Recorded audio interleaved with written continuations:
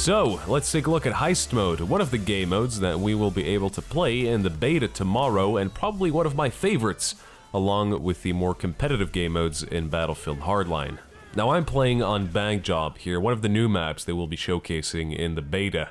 Now in this video I'm going to go over some of the new changes that they did to Heist Mode, which makes the game mode a lot better than the previous version that we saw in the first beta. I'll also be covering the map layout and some of the class changes that they did to the Enforcer class, what we used to know as the support class in Battlefield 4. And of course, I will also be dropping some tips and some tricks along the way. So, let's start off with talking a little bit about the changes to Heist Mode. Now, as many of you remember in the original beta, when the criminals made their way to the extraction point with the bag of money, that meant that they won the match, and sometimes that resulted in games being over very quickly. And if you had a team full of slackers and the enemy team was just rushing the objective, snatched it back, and made a run for it, well, that would have been it. The game would have been over just like that. So the devs heard all of our cries and complaints about this, and they applied some changes. Now, once you grab the money full of cash and made your way to the extraction point, you will now have to call in a chopper and wait for 15 seconds.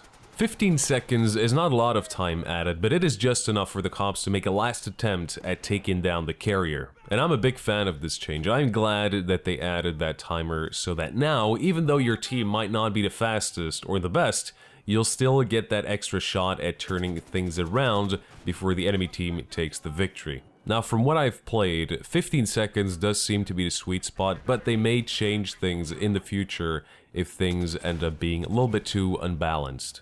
Now on to the map itself, Bank Job. Now first off, this is something that I absolutely have to say. This map looks beautiful, and I mean it's one of the most beautiful maps I've ever seen in the Battlefield franchise.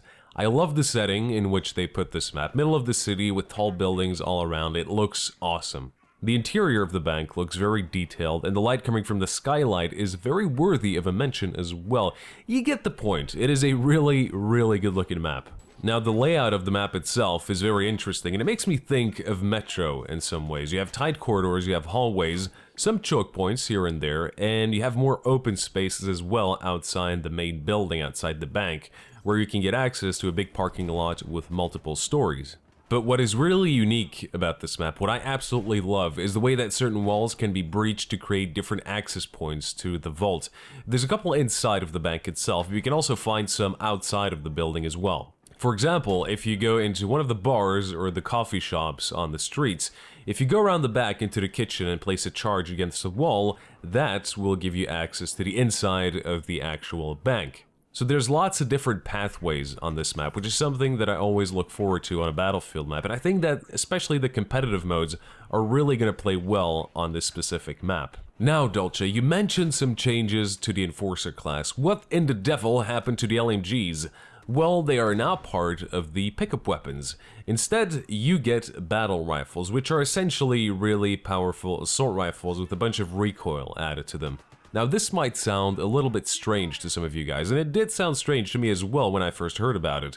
But once I got to play with them and tried out the pickup LMGs, I saw why they did it, and it makes total sense when we look at how suppression works now. Because suppression only really affects you when you're being shot at by either snipers, DMRs, or LMGs, basically anything that is high-powered. Certain classes now also get access to specific pistols. For example, the Deagle is only available in the Enforcer class right now. Now, this isn't necessarily a bad thing or a good thing, it's just a new, interesting way of dividing the weapons across all classes. Shotguns also make a very strong return in this game, and they are mean as hell. They are a lot more lethal and a lot more brutal than they were in the first beta, and they are damn accurate when you fire them from the hip. So that's gonna equally make a lot of people happy and rage at the same time, I'm sure. And of course, people, how can we not talk about it? Suppression. Now, I still am a strong believer that suppression has no place in a shooter like Battlefield. Now, hate me or love me for it, I'm just putting it out there. Now, if you're suppressed, you'll see two black borders appear on screen, making it look as if you're squinting. And along with that, your accuracy gets, of course, affected as well. Now, is the suppression in Hardline actually better than the suppression that we see now in Battlefield 4? I think so, and the first reason for that is because not every weapon is able to suppress you, And the second reason is because your screen doesn't get blurred to the point of extreme frustration and mental agony. Although I will say that the DMRs really shouldn't suppress the way they do at the moment in Hardline. Also, remember that time in Battlefield 4 when DMRs made that cringe-worthy sound when you were getting shot at? Well, we get to relive all of that over again in Hardline because it's back. It does the psh psh sound. And oh boy, is it bad. It's really, really bad.